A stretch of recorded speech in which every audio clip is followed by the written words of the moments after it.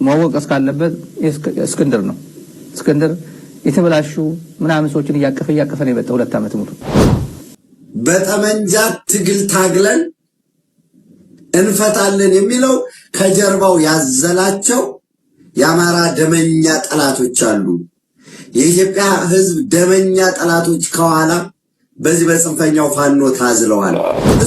እሱ የልደቱ ችግር ነው። ቆም ማለት ልደቱ መሪ መሆን በጣም ይፈልግ ነበር። ስለዚህ እግዚአብሔር ልቦናውን ይፈትለት የልደቱን ያህል ሳያበላሸው ማለት ነው። በአማራ ክልል ከመንግስት ኃይሎች ጋር ውጊያ ላይ ከሚገኙት የታወቁ የፋኖ አመራሮች አንዱ የሆነው ማስረሻ ሰጤ እጁን ለመንግስት መስጠቱን አንድ ስማቸው ያልተጠቀሰ የመንግስት ባለስልጣን መግለጻቸው እየተሰማ ነው። ባለስልጣኑ አረጋግጠውታል እንደተባለው ማስረሻ ሰጤ ከነአጃቢዎቹ ከወሎ አካባቢ ተነስቶ ወደ ምስራቅ ጎጃም ዞን በመምጣት ነው እጁን የሰጠው። ማስረሻ ሰጤ በምስራቅ ጎጃም ዞን የፋኖ ንቅናቄን በማደራጀትና በመምራት በስፋት ከሚታወቁ ቁልፍና አንጋፋ አመራሮች አንዱ ስለመሆኑ ይነገርለታል። የአማራ ፋኖ አንድነት ምክር ቤት ከተባለውና የተለያዩ የፋኖ መዋቅሮችን በአንድ ላይ ለማሰባሰብ ተቋቁሞ ከነበረው ምክር ቤት መስራች አመራሮች መካከልም አንዱ ነበር። ፖለቲከኞች እንደሚተነትኑት የማስረሻ እጅ መስጠት በአማራ ክልል ካለው ግጭት ጋር በተያያዘ ትልቅ ክስተት ተደርጎ ይወሰዳል። ማስረሻ ሰጤ በፋኖ መዋቅር ውስጥ ያለው ተደማጭነትና ተምሳሌትነት ከፍተኛ በመሆኑ የእሱ እጅ መስጠት ለመንግስት ትልቅ የፕሮፓጋንዳ ድል ተደርጎ ይቆጠራል። በተጨማሪ ደግሞ ሌሎች ተዋጊዎች እጃቸውን እንዲሰጡ ለማበረታታት ሊያገለግልም ይችላል። ለፋኖ ንቅናቄ ደግሞ በሌላ ወገን እንዲህ ያለ ከፍተኛ አመራር እጁን መስጠቱ በፋኖ ተዋጊዎች ሞራል ላይ ከፍተኛ ተጽዕኖ ሊያሳድርና በንቅናቄ አመራሮች መካከል መከፋፈል መኖሩን ሊያመለክት ይችላል ተብሎ በተንታኞች ይገመታል። የማስረሻን ጉዳይ አስመልክቶ እስካሁን ድረስ ከመንግስት ይፋ የመገናኛ ብዙሃን የተሰጠ ማረጋገጫ የለም። ከፋኖ ንቅናቄ ጋር ተያያዥነት ባላቸው የማህበራዊ ሚዲያ ገጾች በኩልም በጉዳዩ ላይ የተሰጠ ምላሽም ሆነ ማስተባበያ የለም። ይህ እጅግ አነጋጋሪ ሰው ለመንግስት ገብቷል የሚሉ መረጃዎች መውጣታቸውን ተከትሎ በእርሱ ዙሪያ የሚሰሙት ነገሮች አሁንም እንደቀጠሉ ናቸው። ማስረሻ ሰጤ በእርግጥም ለመንግስት አድሮ ከሆነ ለዚህ ተጠያቂው ሰው እስክንድር ነጋ ነው የሚሉ ተንታኞችም አሉ። ምክንያቱም ማስረሻ እስካሁን ፋኖ ሆኖ እንዲቆይ ፈቅዷልና በሚል እናስረስ ማለት እንደነገርኳቸው የሰፈር ልጆች ናቸው። የሰፈር ልጆች ወደ መርጦ ለማርያም በደንብ የሚተዋወቁ በቤተሰብ በአካል የሚተዋወቁ ናቸው። ተመክሮ እምቢ ብሎ ነው የብልጽግና እንትን ስለሆነና በባህሪም የታጋይነት ባህሪ የለውም። የምታውቁት ነው። ብዙ ሰው የሚያውቀው ማለት ነው። እንደ መጠጣት፣ መቃም፣ ከሴት ጋር ወዲያ ወዲህ እንትን ማድረግ የታጋይ ባህሪ አይደለም። በረሃ ላይ ሆኖ ይህን ሁላ አኩመሌት የሚያደርግ ታጋይ የለም እና የሚታገስ የትግል መርህም የለም። እንዲሁ በደንብ ታግሰውት ነው የመጡት እስከዛሬ ረጅም ጊዜ ማለት ነው። እና ይሄን የታጋይ ባህሪ ያልተላበሰ ፋኖ እየጠራ አሁን ሁሉም ጠራርጎ እያስወጣቸው ነው። እና ይሄ አንዱ ማወቅ እስካለበት እስክንድር ነው።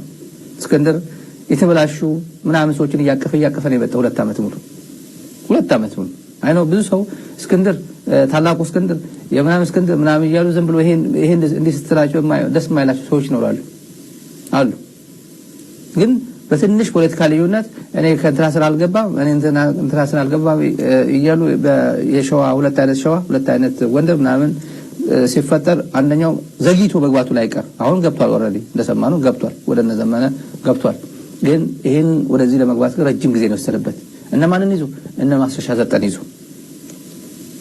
የብልጽግና በቀጥታ ፋይናንስ የሚደረጉ ስፖንሰር የሚደረጉ ሙሉ ወጪያቸው ሙሉ ነገራቸውን ተሸፋፍኖ የሚሄዱ አንድም ቀን ትግል አድርጎ የማያውቁ አንድም ቀን ጦርነት አካባቢ ታይቶ የማያውቁ ሰዎች በአማራ ፋኖ ስም አቅፎ እንደዚህ አይነት ይዞ ሲሄድ ነበር።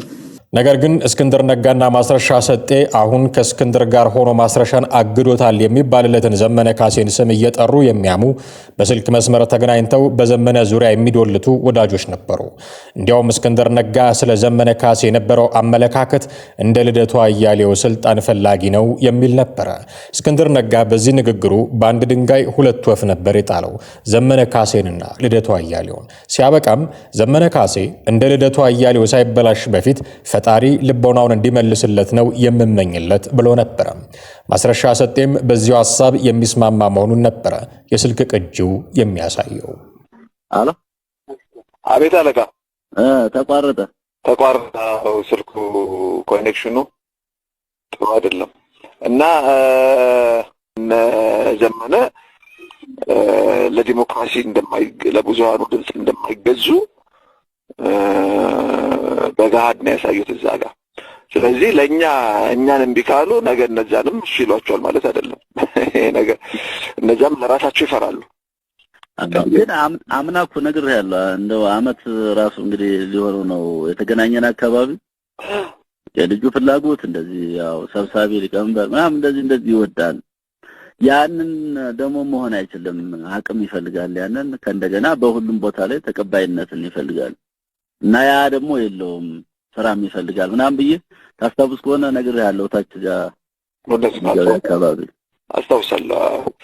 እሱ የልደቱ ችግር ነው እኮ አሁን ማየበት። ልደቱ መሪ መሆን በጣም ይፈልግ ነበረ። ስለዚህ እግዚአብሔር ልቦናውን ይክፈትለት። የልደቱን ያህል ሳያበላሸው ማለት ነው። የልደቱን ያህል ሳያበላሸው ልቦናውን ይክፈትለት። በሂደት ሊያመጣው የሚችል ነገር ነበረ እና አሁን ማየው ምንድነው የግድ አሁን መሪ ካልሆንኩኝ መቼም መሪ መሆናል። ታዲያ እንዲህ በዘመነ ካሴ ላይ ይዶልቱ የነበሩ ሰዎች አሁን ዘመነ ተፈልጦ ገጥሟቸውና አንደኛቸው ለመንግስት ያደሩ፣ ሌላኛቸው ከዘመነ ጋር ዞሮ የገጠሙ ሰዎች ሆነዋል። ማስረሻ ሰጤና ቡድኑ ለመንግስት መግባታቸውን የሚገልጹ ዜናዎች መሰማታቸውን ተከትሎ ሌሎቹም ተመሳሳዩን መንገድ እንዲከተሉ የሚጠይቁ ያ ካልሆነ ግን አሁን በያዙት መንገድ እንኳን 4 ኪሎ ሊገቡ ቀርቶ 4 ኪሎ ሜትርም እንደማይጓዙ የሚያስጠነቅቁ ሰዎችም ሐሳባቸውን እየሰነዘሩ ነው። የሰላም መንገድን የመረጠው ወንድማችን መቶ አለቃ ማስረሻ ሰጤ እንዳለው እንግዲህ ከሱ በላይ የታሰረ ከሱ በላይ ተንገላታ የለም። ለህዝባችን ሰላም ነው የሚሻለው፣ ለሰላሙ እንሰራለን በሚል የሰላም አማራጭን የተቀበሉ መስፍን አባተ፣ መስፍን ከፈለኝን ጨምሮ መቶ አለቃ ማስረሻ ሰጤ እንዲሁም ሌሎች 16 ወደ መንግስት ገብተዋል። ሌሎች በሂደት ላይ ያሉ ከፍተኛ አመራሮች በጎንደርም በጎጃምም በሸዋም በወሎም አሉ እና እንግዲህ ምንድነው ችግሩን እፈታለሁኝ ብሎ ወለጋ ተፈናቀሉ፣ መተከል ላይ እንዲህ ችግር ደረሰ የሚል ትግል ጀምሮ መከራውን፣ እንግልቱን፣ ሞትን፣ መደፈርን፣ ስርዓት አልበኝነትን በእያንዳንዱ የአማራ ህዝብ ቀዬ በእያንዳንዱ የአማራ ህዝብ ቤት ውስጥ ነው እንዲገባ የተደረገው። ይህ አያዋጣም። ትግሉ የጠራ ፍኖተ ካርታ የለውም። በጠመንጃ ትግል ታግለን እንፈታለን የሚለው ከጀርባው ያዘላቸው የአማራ ደመኛ ጠላቶች አሉ። የኢትዮጵያ ህዝብ ደመኛ ጠላቶች ከኋላ በዚህ በጽንፈኛው ፋኖ ታዝለዋል። እሱም ራሱ መስሎት የአማራ ህዝብ ቤዛ ነኝ፣ እኔ ሞቼ እኔ ወድቄ በምስራቅ አፍሪካ ጌም ቼንጀሮች ነን፣ ፓወር ባላንስ እንሰራለን የሚል ድስኩር ይኖረው እንጂ የራሱን ህዝብ ከማጎሳቆል በዘለለ 4 ኪሎ ሊገባ ቀርቶ 4 ኪሎ ሜትር አይጓዝም። ቦልድ ላይ የተናገርኩት ከግለሰቦች ጋር ወይ የተሰባሰቡት ከቡድኑ ጋር ችግር ስላለብኝ አለ።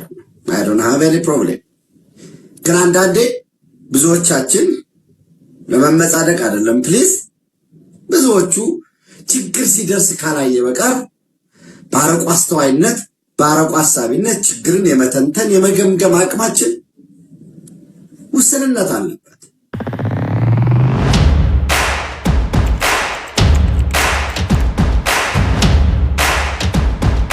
በቲክቶከሩ አዶናይ ዙሪያ የሚሰሙ መረጃዎች አነጋጋሪ መሆናቸውን ቀጥለዋል። አወዛጋቢ በማለት የሚገለጸው ቲክቶከር አዶናይ ባለፈው ሳምንት መጀመሪያ በኢፌድሪ አየር ኃይል ቅጥር ግቢ ውስጥ ተገኝቶ ለሰራዊቱ አባላት የማነቃቀሪያ ንግግር ማድረጉን ተከትሎ ግለሰቡን ወደ ከፍተኛ ጥበቃ ተቋሙ ያስገቡት የሰራዊቱ አባላት ላይ ምርመራ መጀመሩ ተሰምቷል። ቲክቶከሩ ንግግር ሲያደርግ የሚያሳይ ቪዲዮ በራሱ የቲክቶክ ገጽ ላይ መልቀቁም ይታወሳል። ይህ ክስተት በማህበራዊ ሚዲያ ከተሰራጨና ከፍተኛ ጥያቄዎችን ካስነሳ በኋላ ቪዲዮውን ጨምሮ ከጉዳዩ ጋር ተያያዥነት ያላቸው ጽሑፎች ከግለሰቡ የማህበራዊ ሚዲያ ገጾች ላይ እንዲነሱ መደረጉም ይታወሳል።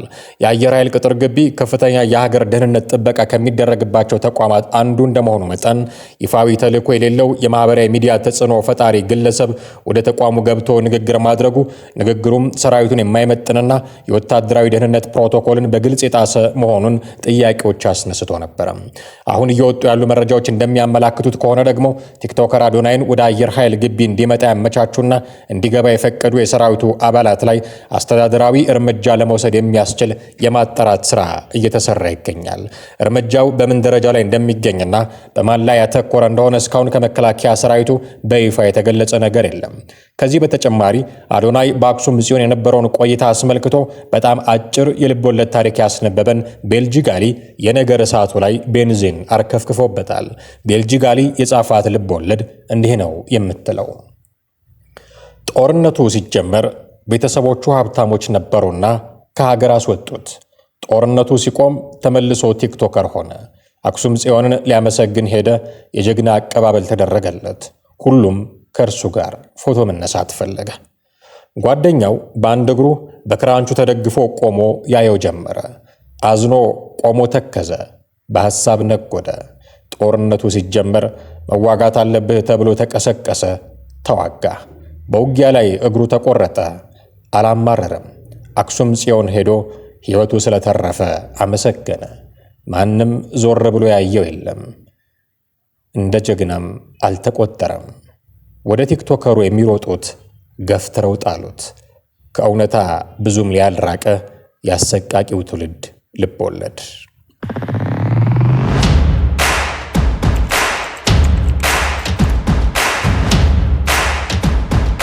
የትግራይ መንግስት ሰራተኞችን ከሀገር አቀፍ የደሞዝ ጭማሪ ማግለል የሰብአዊ መብት ጥሰትና የፕሪቶሪያውን ስምምነት እየጣሰ ነው ሲል ህወሓት ለፌዴራል መንግስቱ ክስ አቀረበ። ህወሓት ከመስከረም ወር ጀምሮ በሀገር አቀፍ ደረጃ የተተገበረው የደሞዝ ጭማሪ የትግራይ መንግስት ሰራተኞችን አያካትትም ብሏል።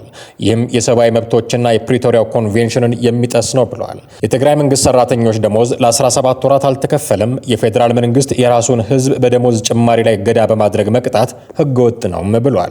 የፌዴራል መንግስት ህዝብና ህወሓትን እኩል አድርጎ እንዲይዝ እና የትግራይ ህዝብን የሚጎዱ ውሳኔዎችን እንዲያቆም አሳስበዋል። ፓርቲው የፌዴራል መንግስት እርምጃ የመነጨው ህገ መንግስቱንና የፕሪቶሪያ የተኩስ አቁም ስምምነትን አለማክበር እንደሆነ እናምናለን ብለዋል።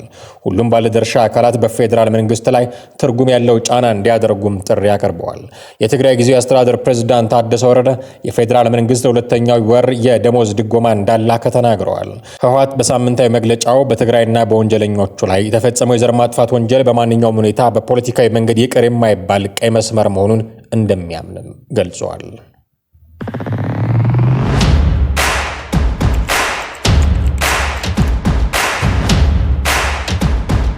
ታላቁ የህዳሴ ግድብን በተመለከተ ከኢትዮጵያ ጋር ተጨማሪ ውይይት እንደማይደረግ የግብፅ የውጭ ጉዳይ ሚኒስትር ባድር አብዱላቲ ተናገሩ።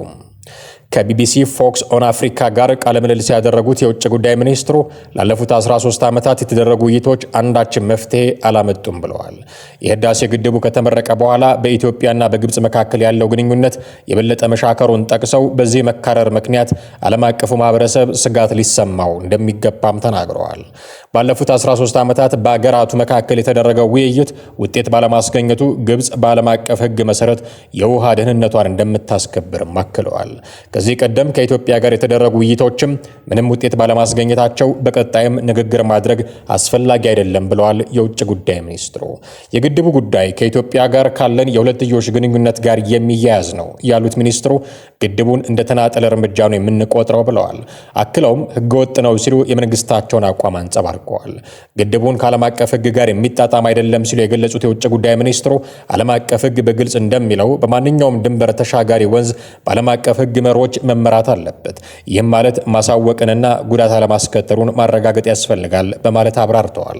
ከአንድ ወር በፊት ግብፅ ብሔራዊ ጥቅሟንና የውሃ ደህንነቷን ለማስጠበቅ አስፈላጊ የሆኑ ሁሉንም እርምጃዎች እንደምትወስድ ፕሬዝዳንት አብዱል ፈታህ አልሲሲ መናገራቸው ይታወሳል።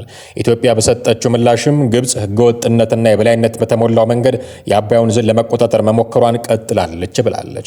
አልሲሲ ግብጽ በዲፕሎማሲና እንደ መንግስታቱ ድርጅት ባሉ ዓለም አቀፍ ተቋማት ላይ መተማመኗ እንደ ድክመት መቆጠር የለበትም ብለዋል። ፕሬዝዳንቱ ኢትዮጵያ ታላቁ የህዳሴ ግድብን በማስተዳደር ረገድ እየተከተለች ያለውን ኃላፊነት የጎደለው አካሄድ አገራቸው እጇን አጣጥፋ አትመለከትም ብለዋል። የኢትዮጵያ የውሃና ኤነርጂ ሚኒስቴር በሰጠው ምላሽ ኢትዮጵያ በአባይ የመጠቀም መብቷን አሳልፋ እንደማትሰጥ አስረግጧል። ከኢትዮጵያ ጠላቶች በኩል በእጅ አዙር ጫና ቢበረታም የኢትዮጵያ እድገት አይቀለበስም ሲልም አክሏል። ከቢቢሲ ፎክስ ኦን አፍሪካ ጋር ቃለ ምልልስ ያደረጉት የግብጽ ውጭ ጉዳይ ሚኒስትር ባድር አብድላቲ የህዳሴ ግድቡ ከዓለም አቀፍ ህግ ውጭ የተወሰደ የአንድ ወገን እርምጃ ነው፣ ይህም የሚያሳዝን ነው፣ እኛን ስላላማከሩን እውቅና አንሰጠውም ብለዋል። ያሳለፍነው መስከረም ወር ማገባደጃ ላይ የተባበሩት መንግስታት ጠቅላላ ጉባኤ ሲካሄድ የውጭ ጉዳይ ሚኒስትሩ ኢትዮጵያ በታላቁ ህዳሴ ግድብ ምክንያት በታችኛው ተፋሰስ የሚኖሩ የሚሊዮኖችን ህይወት አደጋ ላይ ጥላለች ብለው በመክሰስ አገራቸው ጉዳዩን ወደ ዓለም አቀፉ የፍትህ ፍርድ ቤት ትወስደዋለች ብለው ነበር። በዚያው ጉባኤ ላይ የተገኙት በተባበሩት መንግስታት የኢትዮጵያ ምክትል ቋሚ ተወካይ ዮሴፍ ካሳይ ለግብጽ የውጭ ጉዳይ ሚኒስትር በሰጡት ምላሽ ግብጽ ስለ ታላቁ ህዳሴ ግድብ ያደረገችው ንግግር መሰረት አልባና አሳሳች ነው ሲሉ አጣጥረዋል። ግብጽ ስለ ታላቁ ህዳሴ ግድብ ተአማኒ ያልሆኑ ክሶችን በተደጋጋሚ ወደ ተባበሩት መንግስታት የጸጥታው ምክር ቤት አቅርባለች ሲሉም አክለዋል። የህዳሴ ግድቡ ከተመረቀ በኋላ ግድቡ በአግባቡ ባለመተዳደሩ ምክንያት የተለቀቀው ውሃ በሱዳን ጎርፍ አስከትሏል በሚል ግብጽ ክስ አቅርባ ነበር። ኢትዮጵያ ክሱን አስተባብላ የግብጽ ክስ ዓለም አቀፉን ማህበረሰብ ለማሳሳት እንዲሁም ሐሰተኛ የተጎጂነት ትርክት ለመፍጠር ያለመ እንደሆነ ገልጻለች።